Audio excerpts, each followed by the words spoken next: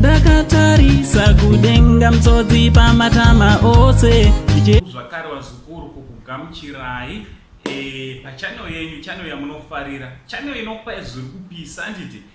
Ndichida kukurudzira kuti kana wanga usati wasubscribe pa this channel, subscribe, turn on your notification bell kuti pega pega patino upload a video you will be notified handiti.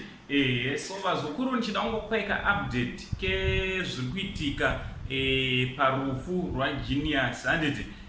So pane munhu akaita musikanzwa wazukuru akabva aitawo account yeTwitter handiti. Kutwitter uko obva anyora zita raBev Sibanda handiti, raBeverly. So Twitter yacho nanga isina kumira zvakanaka wazukuru. Handisi kukwanisa kukuratidzai panapa Twitter yachona because yaitaura mashoko asina kunaka pamusoro paGinimbi handiti. So ubuntu yedu isusu umunhu wedu isusu pane zvimwe zvausingatitenderi kuti tinge tiri tinodaro handiti. So ndauya kuzokuudzai kuti Bev haasiriye ane account iyoyo, in fact haatoriko kuTwitter handiti. Upenyu hwake hwese Bev ati haana kumbobvira akashandisa Twitter. So ngatimuteererei muzvinzwire mega zvataurwa naBev.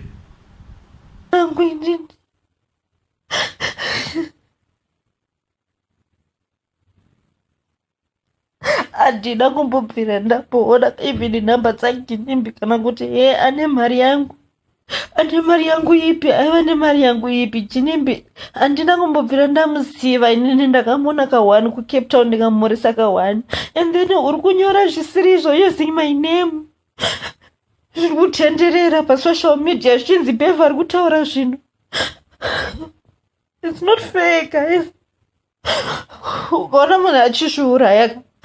It's not fair, guys. It's not even fair.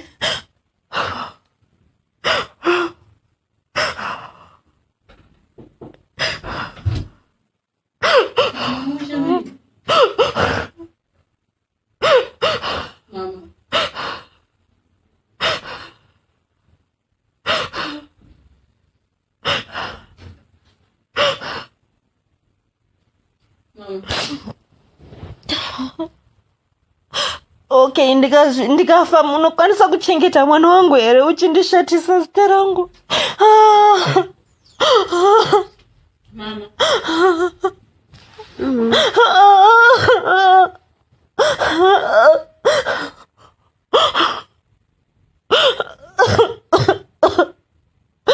Anotenderedza zvinhu zvakashata zvinzi Bev ari kutaura chakadai, Bev ari kutaura chakadai. Inini handina chandambotaura, inini handina chambotaura chakashata chaGinimbi.